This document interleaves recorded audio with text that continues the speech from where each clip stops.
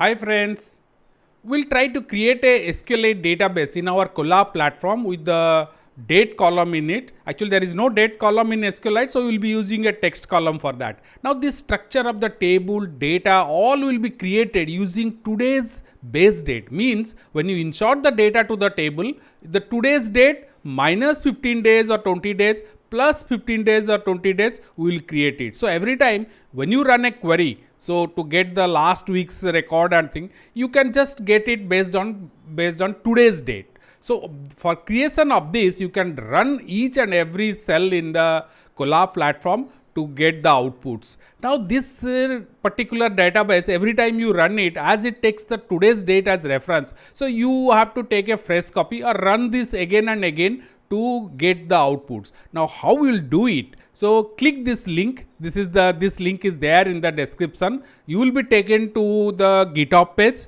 Either you can download and run it in your system, or click this button. This particular button will take you to the Colab platform.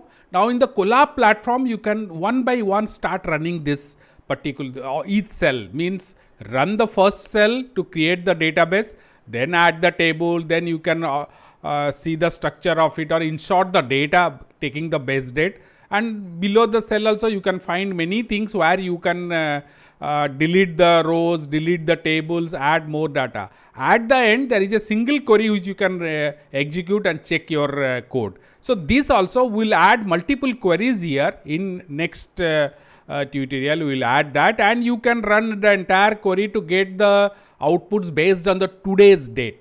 Hope this will help you, and you can learn more about the SQLite's date column.